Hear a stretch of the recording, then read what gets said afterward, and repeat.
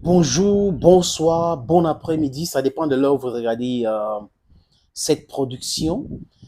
Parlons du Niger, un des États de l'AES, l'Alliance des États du Sahel, et du peuple du Niger, qui est un peuple puissant, qui est un peuple intelligent, qui est un peuple fort, qui est un peuple très mobilisé, qui est un peuple qui connaît ses droits.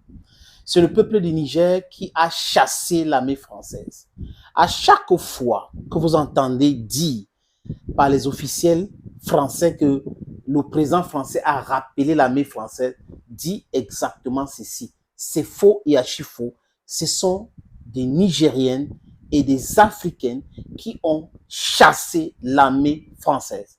Ils ont pris leur hardware militaire, à les stocker au Tchad, là où ils ont imposé quelqu'un qui est en train de vouloir les échapper.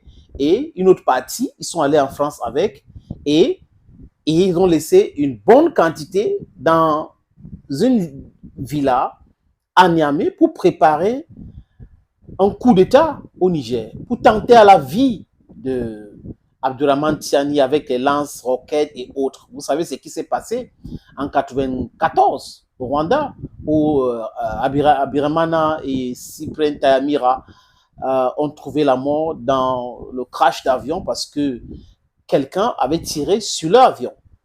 Donc, ils ont voulu faire exactement la même chose avec le Niger. Mais mal les a pris parce que les services secrets nigériens travaillent très bien, en étroite collaboration. On ne va pas cesser de le dire avec la Russie. Donc, c'est grâce à toutes ces intelligences-là que la gendarmerie nigérienne a mis la main sur cet équipement de guerre.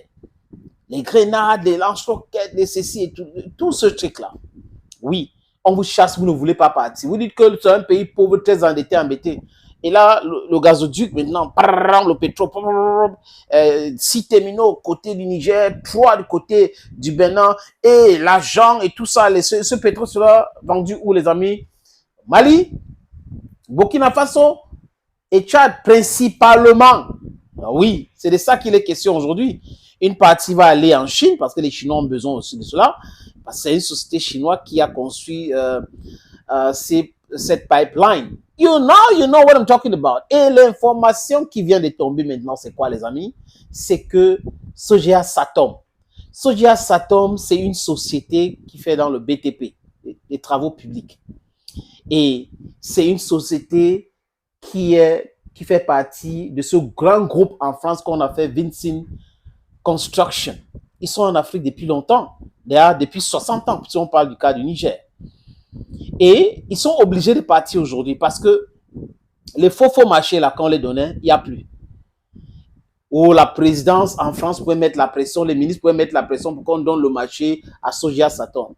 Et souvent, les chantiers inachevés, mais qu'on vient réceptionner. Regardez l'état du Niger, vous allez comprendre. Vous pensez que depuis l'indépendance politique du Niger, il n'y a pas de travaux? Sogea Satom est là depuis 60 ans. Cette société, elle gagne les marchés au Niger depuis 60 ans. Et regardez l'état du Niger. Et pour montrer encore le banditisme de ces sociétés françaises, les amis, c'est quoi? Ils partent en laissant un chantier inachevé. On parle là de tronçons qui partent de l'université André Salifou jusqu'à Zinder, au centre-ville de Zinder. Voilà donc pour vous, les amis, les gens qui prétendent nous aimer, les gens qui prétendent aimer le Niger, les gens qui ont spolié, qui ont pillé, qui ont détruit l'économie du Niger. Oui, je les nomme la France. C'est pas la première société française qui quitte le Niger.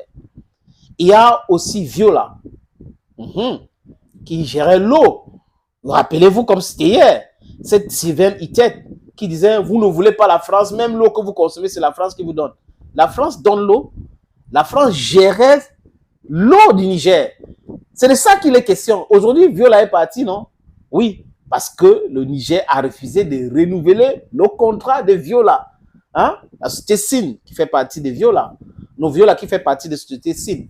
Oui, ils ont refusé de renouveler. Viola est parti. Donc, c'est la Nigérienne des eaux qui gère l'eau au Niger aujourd'hui. Est-ce que le peuple du Niger n'a pas l'eau? Si, Sylvain Tête, merci pour la stupidité dans l'analyse politique. Parce que vous êtes des anciens colons, des anciens maîtres d'esclavage, vous n'avez pas enlevé encore ça dans vos têtes et vous voilà en train de vous plonger dans la même chose. Regardez le cas du Cameroun, Soja Satom.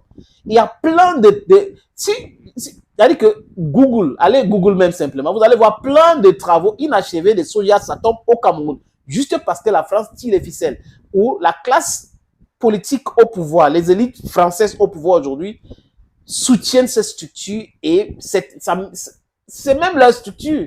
Donc, du coup, on peut voir un ministre de la coopération qui quitte la France pour venir inaugurer un pont ancien, un ancien pont avec les travaux inachevés et avec fast, et on filme, on montre. Voilà les choses qui énervent la jeunesse africaine. Oui. Donc, Soja Satom a enlevé ses engins pour aller mettre au Tchad. La prochaine destination, c'est la France. Je vous dis, il faut qu'il y ait des gars la patte. Parce que même au Tchad, là, je connais la jeunesse tchadienne. Je vois comment elle est très active sur la communication de la libération du Tchad. Contre Mama Déby, contre ce monsieur qu'on appelle, comment il s'appelle, Succès Masrala, désolé les amis. Vous avez vu comment on a tué un opposant? Et on a fait un truc on a attaqué le renseignement. Après, boum, un opposant est parti. Bref, la jeunesse du Tchad. Les amis, listen to me and take my words. The youth of Chad will begin very soon to tell France to go away. Ils ont commencé à l'époque quand Massala était encore opposant. Mais aujourd'hui, ils ont compris que Massala n'est plus opposant, mais Massala est devenu un proposant. Donc, du coup, il marche avec ceux-là qui ont maté le peuple. D'accord, c'est de son droit absolu. Mais le peuple va chercher sa libération en dehors de tout ce nom que je viens de citer aujourd'hui, les amis. Donc, la France doit se préparer pour évacuer tout ce matériel. Je ne vois pas en quoi est-ce que les sociétés françaises nous sont utiles. C'est jamais utile pour le peuple africain. Ils sont là pour exploiter, pour piller, pour sauvager les ressources naturelles africaines. Et ils font ce qu'on appelle en économie capital flight. Donc, ils travaillent l'argent ici, ils prennent tout cet argent, ils envoient en France. Donc, ça ne bénéficie aucunement localement. Et c'est un problème. Ceux qui ne voient pas en cela, qui ne voient pas en cela un problème, c'est eux le problème. On a des hommes d'affaires camerounais, africains, nigériens, maliens, togolais, béninois, ivoiriens, sierra-léonais, kenyans, sud-africains. Et on doit faire confiance à l'Afrique.